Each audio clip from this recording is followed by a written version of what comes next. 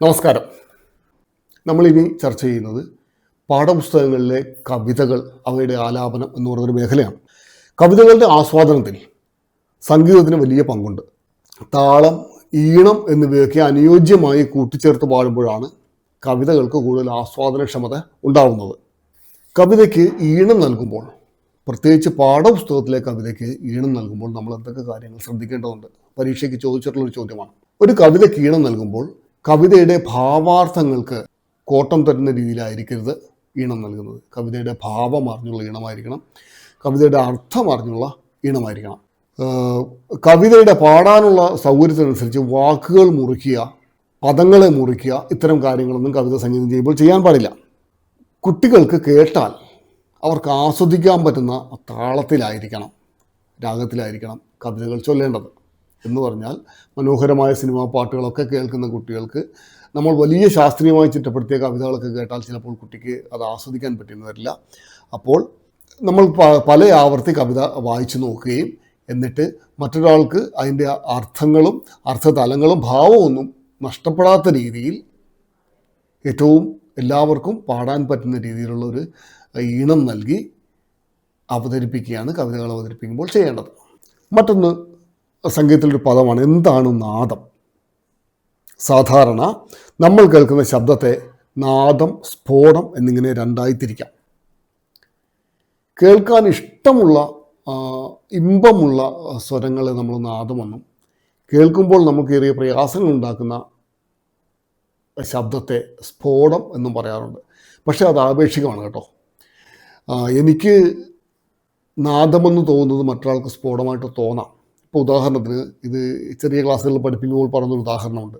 നമ്മളൊരു ട്രാഫിക്കിൽ ഇങ്ങനെ നിൽക്കുമ്പോൾ, ട്രാഫിക്കിൽ റെഡ് സിഗ്നൽ കണ്ടിട്ട് നമ്മൾ മുൻപോട്ട് പോകാൻ പറ്റാതെ നിൽക്കുമ്പോൾ അടുത്തുള്ളൊരു കടയിൽ നിന്നും അതിമനോഹരമായ ഓടക്കുഴലിൻ്റെ ശബ്ദം കേൾക്കുന്നു.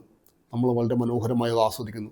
എന്നാൽ ആ സമയത്ത് പെട്ടെന്ന് ഗ്രീൻ സിഗ്നൽ തെളിയുകയും ചുറ്റുമുള്ള വണ്ടികളെല്ലാം ഒരേ സമയത്ത് ഹോൺ അടിക്കുകയും ചെയ്യുമ്പോൾ അത് നമുക്കുണ്ടാകുന്ന ഒരു അസ്വസ്ഥത. അപ്പോൾ ആ ഹോണിൻ്റെ ശബ്ദത്തെ നമുക്ക് സ്ഫോടം എന്ന് പറയാം.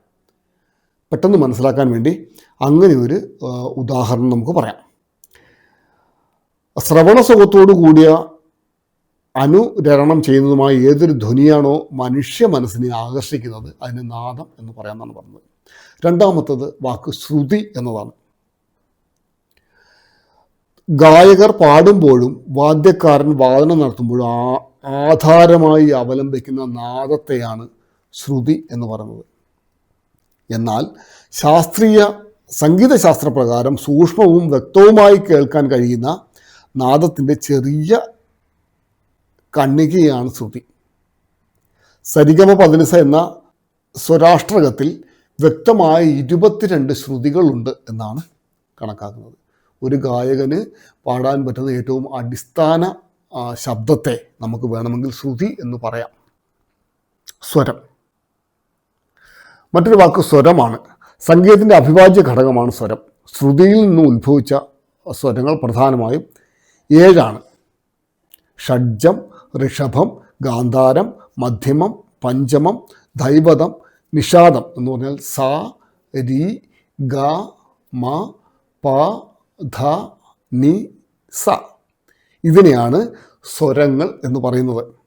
ഷഡ്ജം ശുദ്ധ ഋഷഭം, ചതുർശ്രുതി ഋഷഭം, ഷഡ്ശ്രുതി ഋഷഭം, ശുദ്ധ ഗാന്ധാരം, സാധാരണ ഗാന്ധാരം, അന്തരഗാന്ധാരം, ശുദ്ധമധ്യമം, പ്രതിമധ്യമം, പഞ്ചമം, ശുദ്ധ ദൈവതം, ചതുർശ്രുതി ദൈവതം, ഷഡ്ശ്രുതി ദൈവതം, ശുദ്ധ നിഷാദം, കൈശികി നിഷാദം, കാകളി നിഷാദം എന്നിവയാണ് 16 സ്വരങ്ങൾ.